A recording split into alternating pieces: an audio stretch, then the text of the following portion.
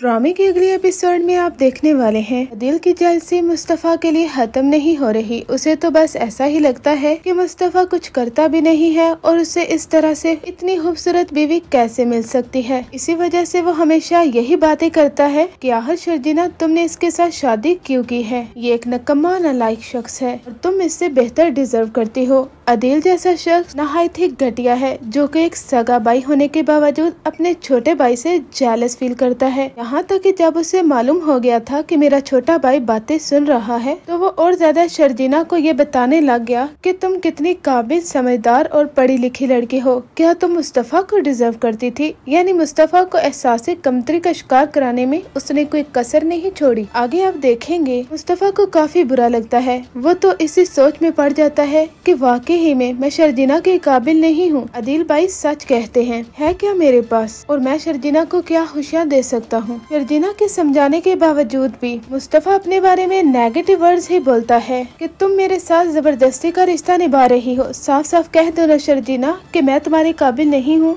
आखिर तुम इस पर पर्दा क्यों डाल रही हो। शर्जीना के लाख समझाने के बावजूद कि वो उससे मोहब्बत कर बैठी है और उसे उसके साथ खुशी होती है, मुस्तफा उसकी एक नहीं सुनता और उसे कह देता है कि तुम मुझसे आजाद होना चाहती हो ना, मैं तुम्हें आजाद कर दूंगा। यहाँ से ड्रामे में एक नया ट्विस्ट आने वाला है जब शर्जीना ये घर छोड़कर चली जाएगी। इधर उसके अम्मी अबू भी काफी ज्यादा परेशान होते हैं। यहाँ तक कि शर्जीना के बाबा उससे कहेंगे कि अभी भी देर नहीं हुई शर्जीना, मैं तुम्हें पहले ही कहता था कि तुमने बहुत बड़ी गलती कर दी है उसके साथ शादी करके। हमारे पास वक्त है, तुम उससे डाइवोर्स ले लो, तुम्हें उससे अच्छा लड़का मिल जाएगा। तुम्हें अपनी जिंदगी के बारे में सोचना होगा। बात तो सच है शर्जीना कि तुम एक पढ़ी लिखी और काबिल लड़की हो और मुस्तफा जैसा शख्स तुम्हारा शोहर कैसे हो सकता है। अब शर्जीना हर वक्त मुस्तफा के बारे में ही सोचती रहती है कि मुस्तफा ऐसा कैसे कर सकता है। मैं उसे हमेशा यकीन दिलाती रही हूँ कि मैं उससे मोहब्बत करती हूँ, यही सच है, मैं इसके बगैर नहीं रह सकती और अब वो मुझसे अलग की बातें कैसे कर सकता है। यहाँ तक कि जब शर्जीना की बहन वहाँ पर आती है वो उससे कहती है कि तुम तो कहती थी कि मुस्तफा तुमसे मोहब्बत करता है और उसके साथ होकर तुम्हें जिंदगी जीने का हौसला मिलता है, फिर ऐसा क्या हुआ है। शर्जीना कहती है कि मुस्तफा अब वो मुस्तफा नहीं रहा। शर्जीना काफी ज्यादा अपसेट होती है। इधर मुस्तफा भी परेशान होगा जब अदील इसके पास आएगा। वो उससे कहेगा कि तुमने बहुत अच्छा डिसीजन लिया है मुस्तफा, ये काम तुम्हें पहले ही कर लेना चाहिए था कि शर्जीना के साथ अलग इख्तियार कर लो, वो एक अच्छे लड़के को डिजर्व करती है। तुम मेरी बात का बुरा मत मानना लेकिन यही हकीकत है। मुस्तफा भी बहुत हैरान होता है अपने बड़े भाई की बातें सुनकर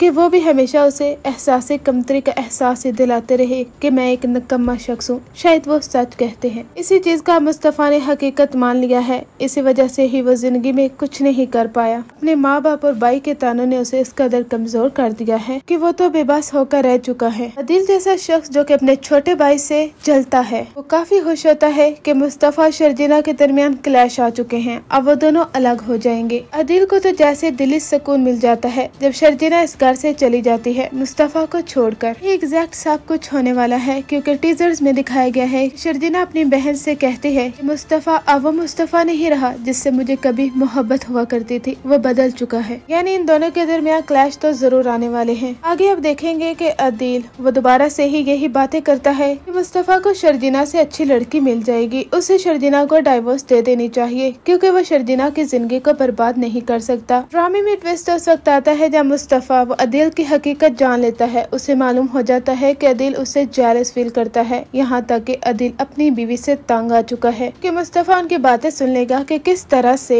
वो रुबाब के साथ लड़ रहा होता है। यानी रुबाब उसे हर वक्त ताने देती है कि मैंने तुम्हें कहां से कहां खड़ा कर दिया है, अगर मैं तुमसे ये सब कुछ ले लूँ ना तो तुम रोडों पर धक्के खाने पर मजबूर हो जाओ, इसलिए मेरे एहसानात को याद रखना। और अदील रुबाब से कहेगा कि तुम बहुत ही सेल्फिश हो चुकी हो। शर्जीना को ही देख लो किस तरह से मुस्तफा का ख्याल रखती थी, उसके लिए कॉफी बनाना, उसका ख्याल रखना, प्यार से उससे बात करना, दोनों के दरमियान कितनी मोहब्बत थी। ये सारी बातें जब मुस्तफा सुनता है उसके पांव तले तो जमीन निकल जाएगी कि उसका बड़ा भाई उससे जेलस फील करता है। इसी वजह से ही तो इनके दरमियान क्लैश पैदा करना चाह रहा था। और उस दिन जो सारी बातें अदील शर्जीना को कह रहा था वो तो सिर्फ और सिर्फ मुस्तफा के कान भरने के लिए थी। मुस्तफा काफी ज्यादा अपसेट होता है और इमोशनल भी। वो सोचता है कि मेरे बड़े भाई मेरे साथ ऐसा कैसे कर सकते हैं, मैं तो उनसे मोहब्बत करता हूँ। वक्त पर एहसास मुस्तफा और शर्जीना के दरमियान अलग को खत्म कर कर देगा, यानी मुस्तफा वहाँ पर जाएगा शर्जीना को लेने के लिए। शर्जीना उससे कहेगी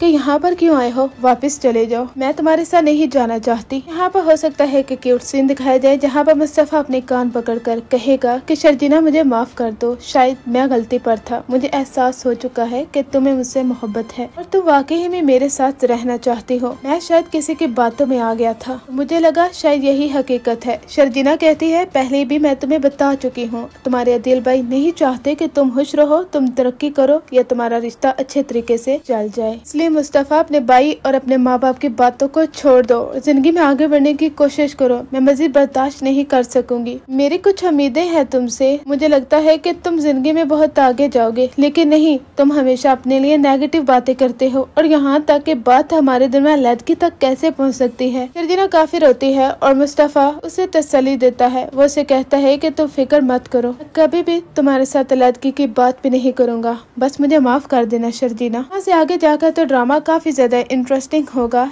जहाँ मुस्तफा अपने भाई अदिल का गिरबान भी पकड़ने वाला है, क्योंकि वो है ही इससे काबिल।